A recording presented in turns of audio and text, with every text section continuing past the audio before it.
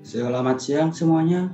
Perkenalkan, nama saya Iketut Widiawan dengan NIM A1C020097 dari kelas C jurusan S1 Akuntansi Fakultas Ekonomi dan Bisnis Universitas Mataram.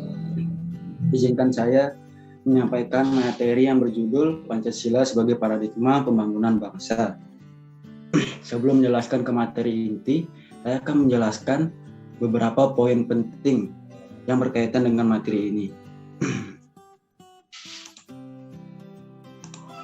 Yang pertama, ada pengertian Pancasila. Yang kedua, ada pengertian paradigma. Yang ketiga, ada pengertian pembangunan bangsa. Yang keempat, ada Pancasila sebagai paradigma pembangunan bangsa.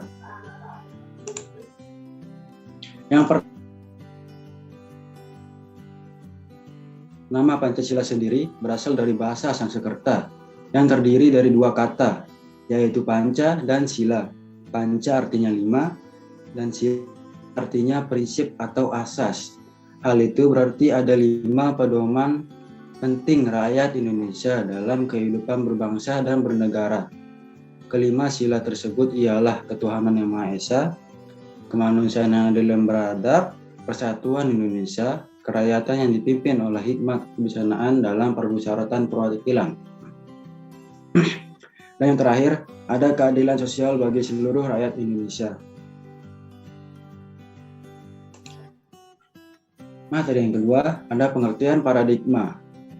Arti paradigma dalam konsep ini ialah kerangka acuan berpikir atau landasannya.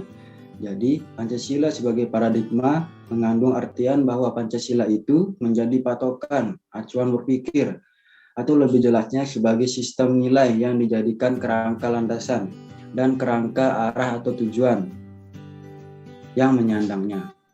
Yang menyandangnya itu ada 6 bidang, yaitu bidang ekonomi, bidang politik, bidang hukum, bidang sosial budaya, di kehidupan antarumat beragama, dan yang terakhir ada di bidang iptek atau ilmu pengetahuan dan teknologi.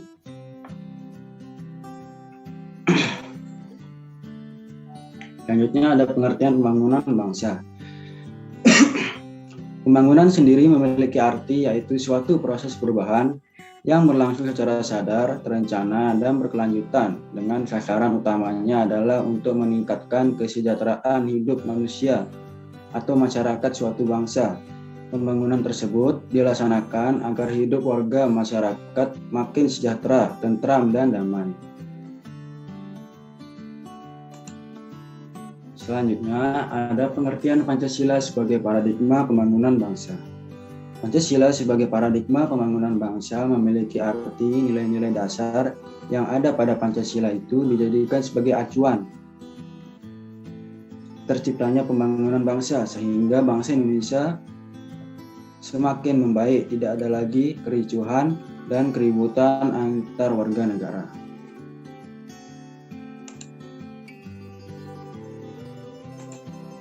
Selanjutnya ini saya akan membahas materi intinya. Yang pertama ada Pancasila sebagai pembangunan di bidang ekonomi. Yang kedua ada Pancasila sebagai pembangunan di bidang politik.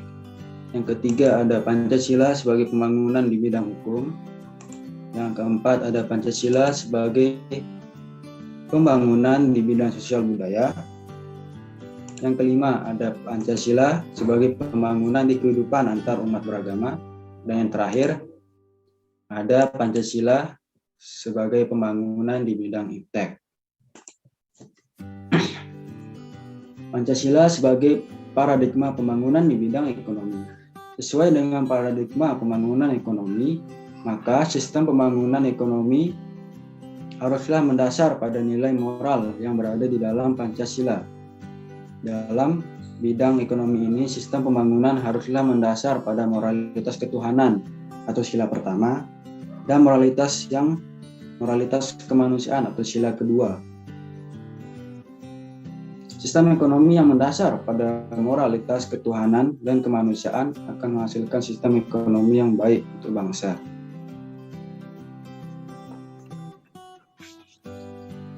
Sebagai contoh, jika semua yang terlibat dalam ekonomi Indonesia menjunjung sila pertama dan sila kedua ini, maka ekonomi di Indonesia akan baik, lancar, tidak ada lagi yang berbohong lagi tentang ekonomi di Indonesia. Dan juga jika semua orang terlibat dalam ekonomi dan mengamalkan sila kedua, maka sistem ekonomi di Indonesia akan mengamalkan sistem kemanusiaan. Selanjutnya, ada Pancasila sebagai paradigma pembangunan di bidang politik. Pancasila sebagai paradigma pembangunan di bidang politik haruslah bermoralkan pada sila di Pancasila, terutama pada sila keempat, yaitu peri kerakyatan. Rakyat tidak hanya dijadikan sebagai objek politik, tetapi rakyat harus dijadikan sebagai subjek politik atau pelaku politik.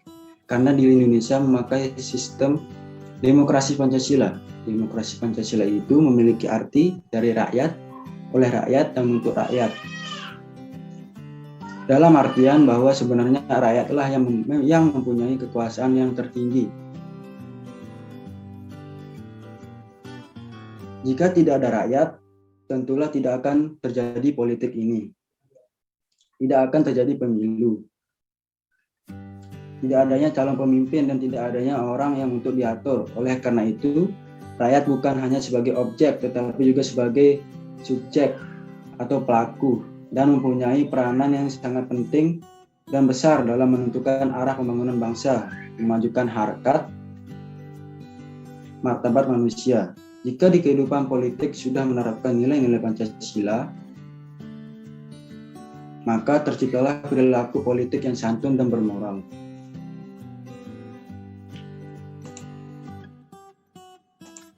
Selanjutnya ada Pancasila sebagai paradigma pembangunan di bidang hukum. Salah satu tujuan dari negara Indonesia adalah melindungi segenap bangsa Indonesia dan seluruh tumpah darah Indonesia. Untuk mewujudkan hal tersebut, maka dibutuhkan perlindungan hukum tanpa adanya pembeda-bedaan derajat seseorang. Jadi hukum itu harus sama rata. Dengan demikian substansi lembaga hukum haruslah bermoralkan dari sila-sila Pancasila. Dengan kata lain, yang dikembangkan harus perwujudan dari sila-sila Pancasila.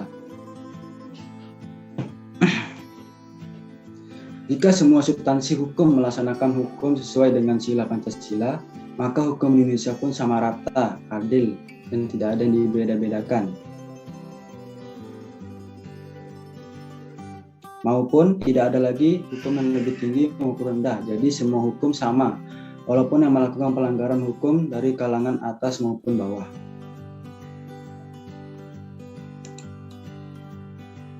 Selanjutnya ada Pancasila sebagai paradigma pembangunan di bidang sosial budaya. Pembangunan di bidang sosial budaya ini sesuai dengan nilai-nilai yang ada di dalam Pancasila. Karena di dalam Pancasila terdapat nilai-nilai yang sesuai dengan jati diri bangsa Indonesia itu sendiri. Tidak ada pengaruh dari bangsa lain. Pancasila digunakan untuk meningkatkan harkat dan martabat dan menjadikan manusia menjadi masyarakat yang beradab dan berbudaya. Pada zaman saat ini, nilai budaya bangsa Indonesia yang berkembang mulai mengalami penurunan atau hampir punah. Hal ini disebabkan adanya pengaruh dari luar, negara asing atau budaya asing yang masuk ke Indonesia.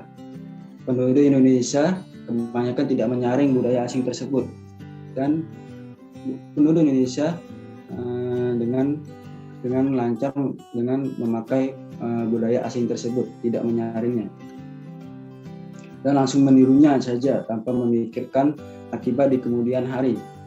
Seharusnya penduduk Indonesia menyaring kebudayaan asing tersebut. Kebudayaan asing yang positif bisa ditiru, sedangkan kebudayaan asing yang negatif bisa dibuang jauh-jauh.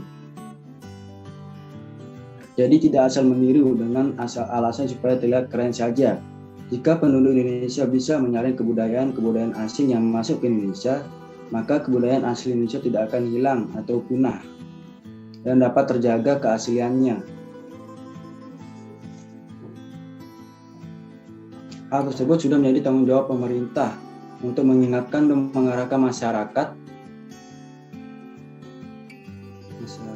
mengingatkan masyarakat untuk kembali menerapkan aspek kebudayaan sesuai dengan nilai-nilai yang ada di Pancasila, dan juga sebagai penduduk Indonesia haruslah sadar diri untuk lebih menggunakan atau melakukan kebudayaan asli Indonesia.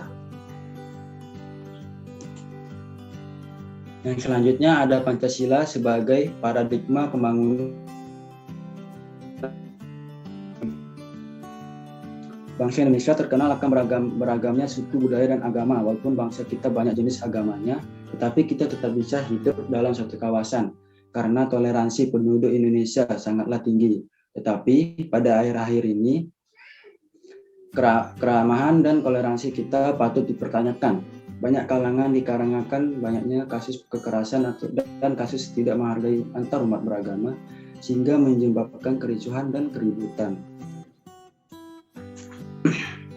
Di sini bisa kita lihat kurangnya penduduk Indonesia nilai-nilai yang ada di Pancasila, terutama pada sila ketiga dan kelima, yaitu pri persatuan dan pri keadilan. Jika semua penduduk Indonesia mengamalkan sila-sila di dalam Pancasila, maka kehidupan antar umat beragama akan rukun, damai, dan tentram, dan tidak ada lagi perselisihan antara yang mayoritas maupun minoritas. Dan yang terakhir, ada Pancasila sebagai paradigma pembangunan di bidang iptek. Pengembangan ilmu pengetahuan dan teknologi saat ini penting sekali bagi bangsa Indonesia. Pengembangan iptek dapat membuat daya saing Indonesia di kancah internasional semakin kuat tentunya. Tapi dalam pengembangannya tentu iptek harus mengamalkan nilai-nilai yang ada dalam Pancasila. Pengembangan iptek tidak bisa sepenuhnya difokuskan untuk mengejar kemajuan saja atau material saja. Pengembangan iptek juga harus memperhatikan kerangka landasan, yaitu Pancasila. Untuk sila yang pertama, sila ini menekankan bahwa pengembangan iptek dimaknai sebagai rasa syukur terhadap Tuhan atas pemberian akal, sebagai dalam proses pengembangan tidak dibuat untuk mencederai keyakinan umat beragama. Untuk sila kedua, sila ini menekankan bahwa dalam pengembangan iptek harus dengan cara-cara yang berperi kemanusiaan atau tidak ada kekerasan. Untuk sila ketiga, sila ini menekankan bahwa pengembangan iptek harus merata di seluruh wilayah Indonesia tanpa terkecuali. Untuk sila yang keempat, sila ini menekankan bahwa pengembangan iptek harus dirasakan oleh semua orang tanpa batasan umur, tanpa terkecuali.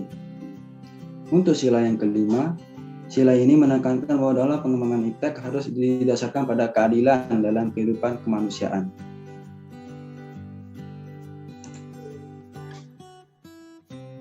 Mungkin sekian dari materi yang bisa saya sampaikan.